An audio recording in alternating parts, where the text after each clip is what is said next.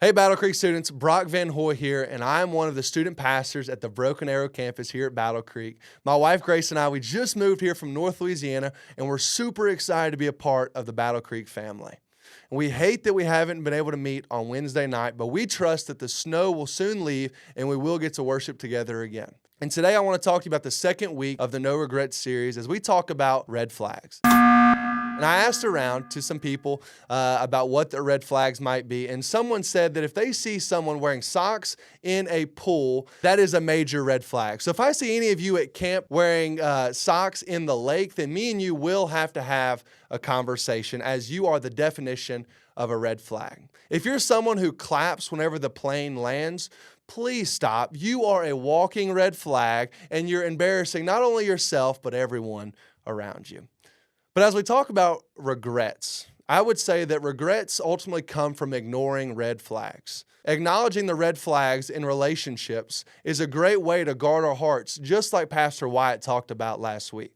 We must guard our hearts in relationships because how you date affects who you become. Paul writes about this in 2 Corinthians 6:14 when he says, "Do not be unequally yoked with unbelievers. For what partnership has righteousness with lawlessness? Or what fellowship has light with darkness?" You've often heard this term, you've heard this verse. Student pastors, we use it all the time to talk about how you can handle relationships.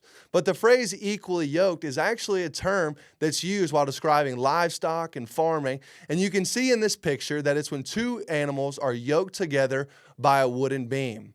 They're yoked together and they pull a cart, and it helps with farming. However, for the cart to be efficient and to keep moving, the two animals must be the same size. They must have similar strength. But the most important thing is they must be on the same page. Because if the two animals are not on the same page, then it will cause imbalance, inefficiency, and it will harm both of the animals. Whenever the animals are going in the same direction, then it creates a perfect picture of a healthy relationship. Students, whenever you are pursuing a relationship, you need to search for people who are running in the same direction as you. You need to be in a relationship where both of you have a holy ambition. Because if you're with someone who does not obey the Lord, then it will cause imbalance, inefficiency, and it will hurt both of you. Your relationships need to honor the Lord, because whenever you're in a relationship that honors God, He will honor you. But let's go back to the illustration of the yoke. In order for the animals to go in the same direction, they must obey the drover. The drover is the person who is giving direction to the two animals.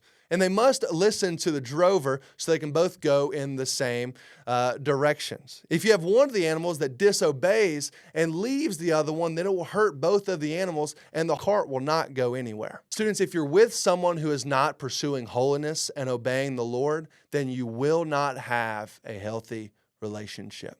A healthy relationship is one where both parties are obeying the Lord and He is guiding you in the same direction. Maybe you're watching this video and you're in a relationship, and maybe you've gone through a season where you were both really honoring the Lord, but recently your relationship has felt imbalanced, and maybe your relationship has been a burden for both of you. And what I would challenge you to do is to sit down and have a conversation about how both of you can start honoring the Lord in your relationship. Maybe you're watching and you're not in a relationship, but you're pursuing a relationship. You're looking to date.